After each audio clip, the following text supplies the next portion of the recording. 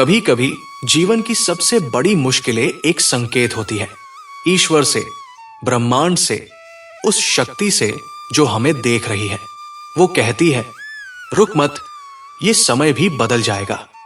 जो टूटते नहीं वही जुड़ते हैं शिव से, और जो शिव से जुड़ते हैं उन्हें संसार की कोई भी शक्ति हिला नहीं सकती।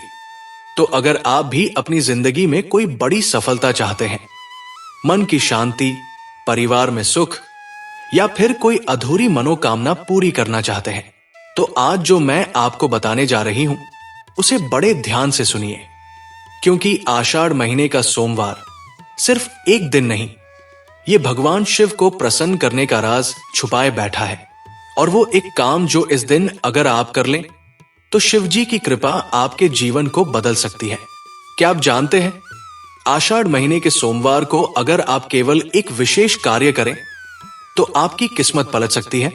ये कार्य ऐसा है जो न तो बहुत कठिन है, न ही खर्चीला, ना इसमें कोई लंबी पूजा, ना भारी अनुष्ठान, फिर भी इसका असर ऐसा कि बड़े से बड़ा संकट दूर हो जाए और ऐसा लगता है मानो खुद शिवजी ने अपने त्रिनेत्र से कृपा बरसा दी हो।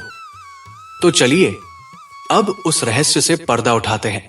इस विशेष काम को जानने से पहले जरा आषाढ़ के महत्व को समझिए। आषाढ़ का महीना हिंदू पंचांग के अनुसार वर्षा ऋतु की शुरुआत का संकेत देता है। ये वही समय होता है जब धरती तप चुकी होती है और आकाश से जल रूप में अमृत बरसता है। पानी सिर्फ प्रकृति का हिस्सा नहीं, ये ऊर्जा का वाहक होता है, और शिव वे स्वयं प्रकृति और ऊर्जा के स्वामी हैं।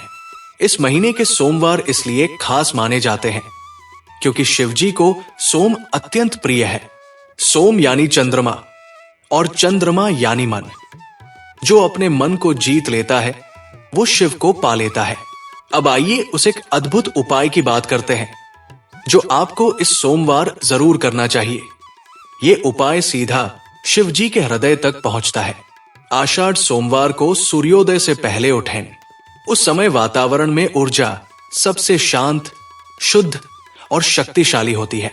जैसे ही आप जागे, सबसे पहले दोनों हथेलियों को देखें और मन में ये बोले, कराग्रे वस्ते लक्ष्मी, करम ध्ये सरस्वती, कर्मुलेतु गोविंद प्रभाते करदर्शनम। इसके बाद आप चुपचाप पूर्व दिशा की ओर मुख करके बैठें। अब उस विशेष कार्य की ओर बढ़ते हैं। इस दिन आपको किसी बहते जल में, चाहे वो नदी हो या फिर स्वच्छ बहता हुआ नाला ही क्यों न हो, एक शिवलिंग की स्थापना करनी है। सुनने में यह सरल लगता है, लेकिन इसका रहस्य गहरा है।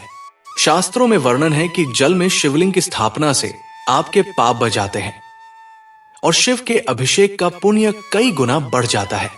अगर नदी पास में ना हो तो आप अपने घर में एक तांबे के लोटे या मिट्टी के पात्र में शिवलिंग रखकर जल भर सकते हैं और उसे नदी रूप मानकर पूजन कर सकते हैं। लेकिन ध्यान रहे, इस पूजन को पूरी श्रद्धा और मौन भाव से करें। ना कोई मोबाइल, ना बात बात में विचलन, ना किसी को दिखाने की इच्छा, बस एकांत, शिव और आप। शिवलिंग को जल में स्थापित करते समय एक विशेष मंत्र का जाप करें, नमः शिवाय। इस मंत्र में ही वो शक्ति छुपी है जो आत्मा को शिव से जोड़ देती है। मंत्र का उच्चारण जितना धीमा और गूढ़ होगा, उतना ही ये आपके अंदर की ऊर्जा को शुद्ध करेगा। आप देखेंगे कि कुछ ही क्षणों में आपका मन शांत हो जाएगा, शरीर हल्का लगेगा और विचार सकारात्मक होने लगेंगे। पूजन के बाद उस शिवलिंग पर बेलपत्र, सफेद पुष्प और थोड़ा सा गाय का कच्चा दूध चढ़ाएं। गाय का दूध शिव को प्रिय है क्योंकि वह सात्विकता और पवित्रता का प्रतीक है। अब शिवलिंग पर गुड़ और गेहूं भी अर्पित करें।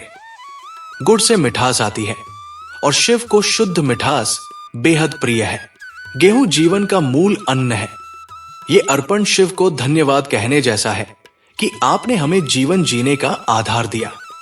अब उस शिवलिंग को धीरे धीरे जल में प्रवाहित कर दें। अगर आपने घर में पूजन किया है तो वो जल किसी तुलसी के पौधे या पीपल के वृक्ष की जड़ में अर्पित करें और अब कुछ भी न बोलें, बस आंखें बंद कर लें। मन में यह भावना रखें, हे भोलेनाथ, मैंने अपने जीवन का भार आपको सौंप दिया। आप ही मेरे पथ प्रदर्शक बनिए। इस प्रक्रिया को करने के बाद न किसी से विवाद करें, न क्रोध करें, न कटु वाणी बोलें। पूरा दिन मौन रह पाना संभव ना हो तो कम से कम बार बार नमः शिवाय का जप औरूर करते रहें। अब जानते हैं इसका लाभ क्या होगा। जो व्यक्ति इस उपाय को करता है उसके जीवन में शांति और संतुलन लौट आता है। अगर मन में कोई डर है तो वो दूर होता है। अगर कोई लंबित कार्य है जैसे नौकरी का इंटरव्यू, कोर्ट केस, विवाह में अड़चन या फिर कोई आर्थिक संकट, वो धीरे धीरे दूर होने लगता है। इस उपाय से आपके भीतर की नकारात्मक ऊर्जा खत्म होती है और एक नई चेतना जन्म लेती है। शिव की उपासना किसी चमत्कार की मांग नहीं करती, वो तो स्वयं चमत्कार है। जब हम उन्हें सच्चे मन से स्मरण करते हैं तो उनका आशीर्वाद हर दिशा से हमें ढक लेता है। जैसे गंगा की धारा हमें धो देती है, वैसे ही शिव का नाम हमारे जीवन को शुद्ध करता है। अब एक बात और याद रखें, आषाढ़ सोमवार को यह कार्य किसी दिखावे के लिए न करें। ना इसका वीडियो बनाएं, न फोटो खींचे। ये एक गुप्त पूजा है, गुप्त साधना। जितनी छिपी रहेगी उतनी असरकारी होगी।